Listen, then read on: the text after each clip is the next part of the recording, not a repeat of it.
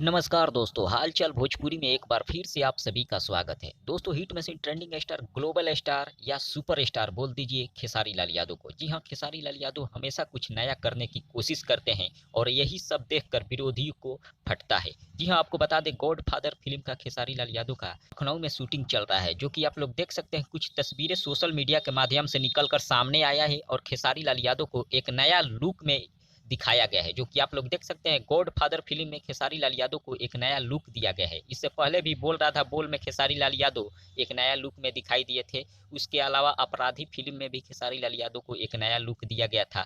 फिर से अब गॉड फादर में खेसारी जी को एक नया लुक दिया गया है। एक बात और आपको बता दें, राउडी इंस्पेक्टर जो फिल्म आया था खेसारी जी का, उसमें भी खेसारी जी को एक नया लुक दिया गया था। एकदम से साउथ जैसा लुक खेसारी जी को दिया गया था। इस तरह से अगर देखा जाए, खेसारी जी हमेशा कुछ ना कुछ चेंजिंग लाते हैं भोजपुरी इंडस्ट्री में। इसलिए तो खेसारी जी को बदनाम किया जाता है, ताकि अच्छा काम खेसारी लाल यादव ना करे, लेकिन फिर भी खेसारी लाल यादव कुछ नया करने की कोशिश करते हैं। फिलहाल आपका क्या राय है, कमेंट करके जरूर बताइए। मिलते हैं अगले वीडियो में। धन्यवाद।